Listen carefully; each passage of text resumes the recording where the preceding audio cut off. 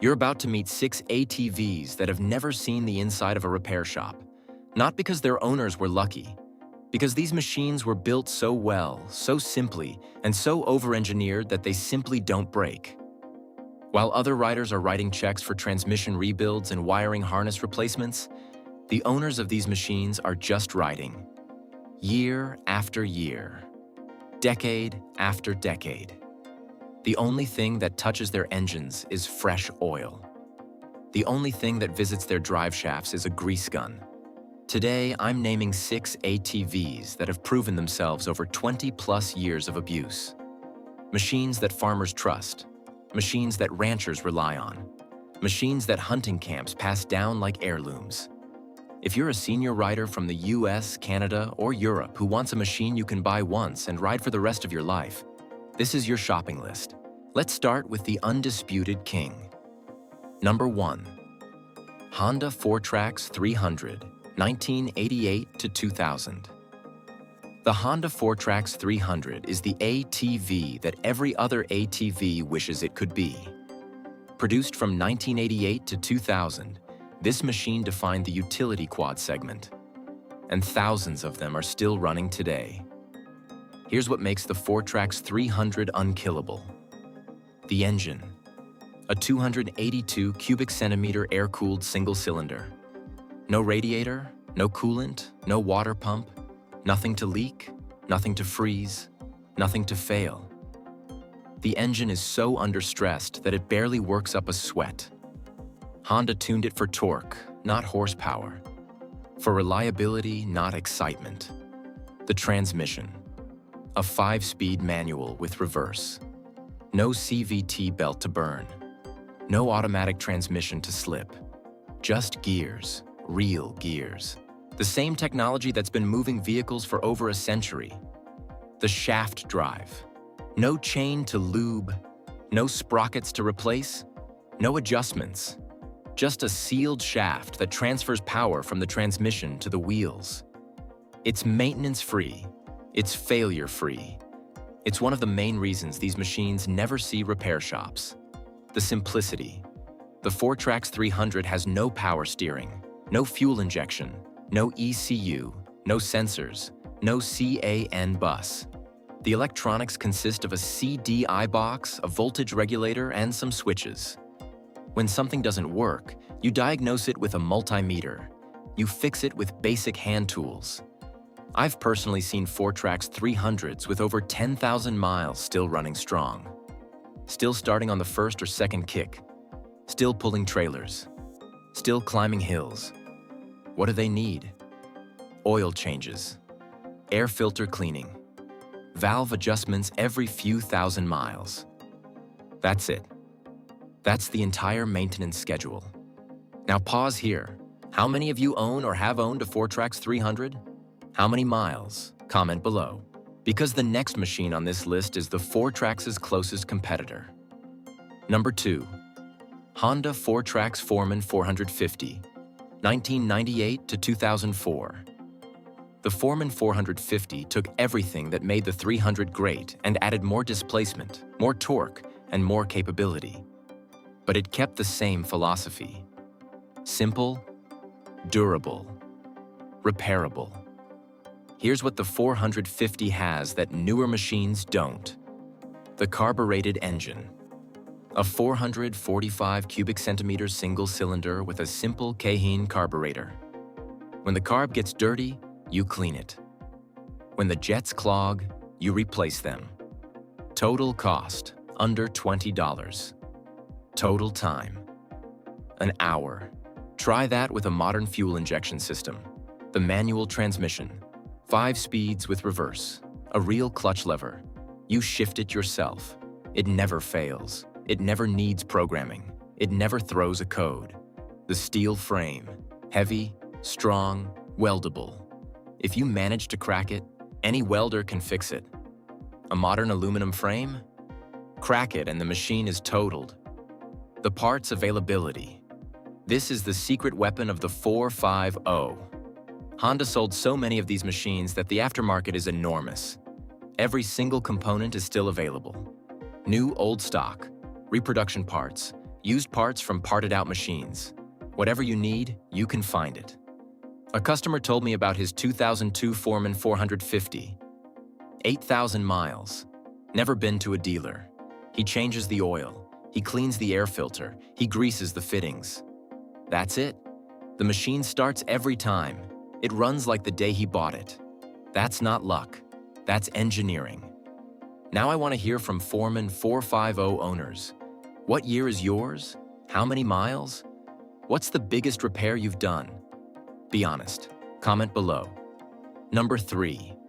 Yamaha Grizzly 600, 1998 to 2001. The original Grizzly. Before the 660. Before the 700. The 600 was Yamaha's answer to the Honda FourTrax, and it was a masterpiece. Here's what made the Grizzly 600 special. The engine. A 595 cubic centimeter liquid-cooled single-cylinder. Liquid cooling was relatively new for utility ATVs, but Yamaha got it right. The engine runs cool, it runs smooth, it runs forever. The CVT. This is the surprising part. Most CVTs are failure points. The Grizzly 600 CVT is legendary. Yamaha used a wet clutch design that eliminates the grabby engagement of other automatics. The belt lasts, the clutches last. The whole system is bulletproof. The chassis. The Grizzly 600 has a full-length steel frame that's overbuilt everywhere. The suspension mounts are reinforced. The steering head is reinforced. The rear axle housing is massive. This machine was designed to take abuse. The simplicity. Like the Hondas, the Grizzly 600 has minimal electronics. No power steering, no ride modes, just a simple, effective machine. The Grizzly 600 is rarer than the Honda equivalents. Yamaha didn't sell as many, but the ones that are still out there command good money. A clean Grizzly 600 will sell for $2,500 to $3,500. That's incredible for a 25-year-old machine. Grizzly 600 owners, sound off in the comments. What do you love about your machine? What have you had to fix? Number 4. Kawasaki Brute Force 750, 2005 to present. This is the machine that's still being made today. The Brute Force 750 first appeared in 2005, and aside from fuel injection and power steering, it's barely changed in 20 years. Here's why that's a good thing. The V-twin engine. Kawasaki's 749 cubic centimeter V-twin was the first of its kind in an ATV. It produces gobs of low-end torque. It sounds incredible. And it has a 20-year track record of dependability. The overbuilt philosophy. Kawasaki is famous for overbuilding engines for dependability. The Brute Force V-twin defines this point. It's not the most powerful engine in its class.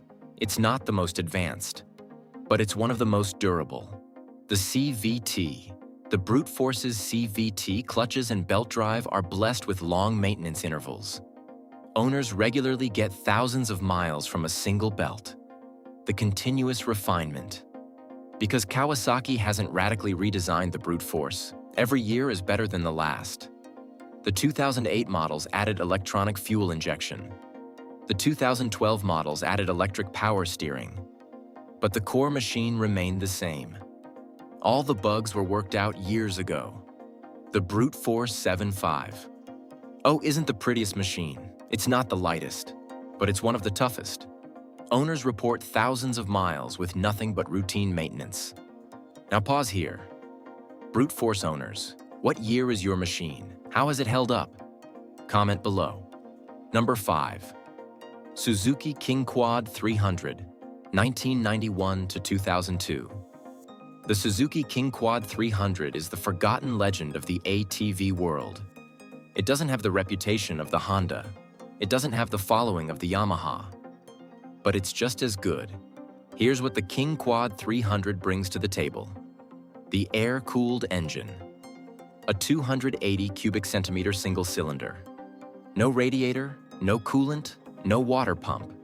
Just air moving over cooling fins.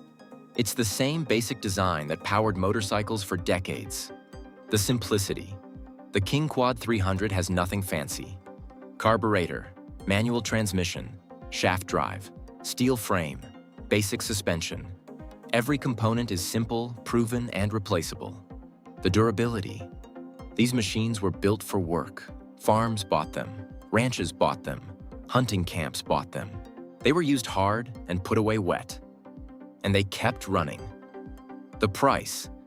This is the best part. A clean KingQuad 300 can be found for under $2,000. Sometimes under $1,500. That's pocket change for a machine that will outlive you. The downside is parts availability. Suzuki doesn't support the KingQuad 300 as well as Honda supports the FourTrax. But aftermarket parts are still available, and used parts are plentiful. KingQuad 300 owners, I want to hear from you. Where did you find your machine? What have you fixed? Comment below. Number 6. Kawasaki Bayou 220 and 300, 1980s to 2000s. The Kawasaki Bayou is the workhorse that everyone forgets. It's not flashy, it's not fast, it's not comfortable, but it's nearly indestructible. Here's what the Bayou does right. The air-cooled engine.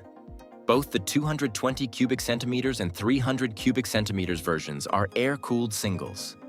Simple, reliable, easy to work on. The manual transmission. 4 or 5 speeds with reverse. A real clutch. No CVT nonsense. The steel frame. Basic, heavy, strong, the price.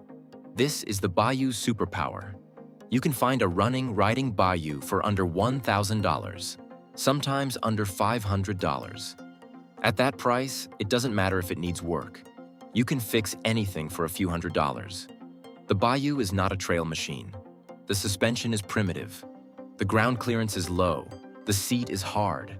But for puttering around a farm, checking fence lines, or teaching a grandkid to ride, the Bayou is perfect.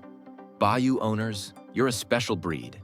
Tell us about your machine in the comments. What makes these machines unbreakable? Now that I've named the 6, let me explain the common thread. These machines are unbreakable because of 5 specific design choices. 1. Air-cooled or simple liquid-cooled engines. No complex cooling systems.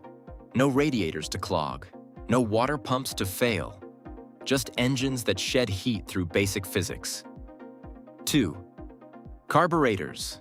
Yes, carburetors. They're simple, they're repairable, they're understandable.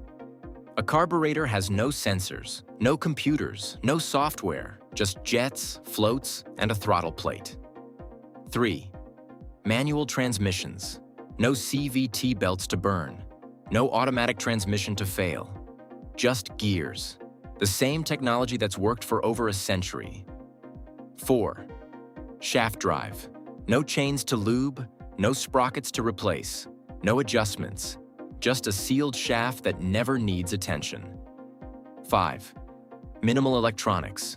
No power steering, no ride modes, no touchscreens, no CAN bus. Just the electronics necessary to make the engine run. These 5 design choices add up to one thing: independence. You don't need a dealer. You don't need a computer. You don't need a factory-trained technician. You need basic tools, a service manual, and some patience. What you give up.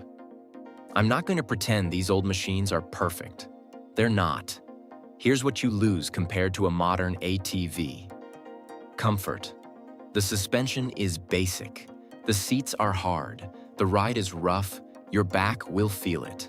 Power. A 300 cubic centimeters engine makes maybe 20 horsepower. A modern 850 makes 60 or more. You're not winning any drag races. Features: no power steering, no electric shift, no independent rear suspension, no winch mounts, no accessory ports. Availability. Good examples are getting harder to find. Prices are rising as people realize how good these old machines are. Parts. For the Hondas and Yamahas, parts are still plentiful.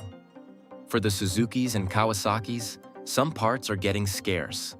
But here's the thing, for many senior riders, these trade-offs are worth it. You don't need 60 horsepower to enjoy a trail. You don't need power steering at 15 miles per hour. You don't need a touchscreen to have fun. You need a machine that starts, that runs. That doesn't leave you stranded. And these 6 machines deliver that. Where to find them?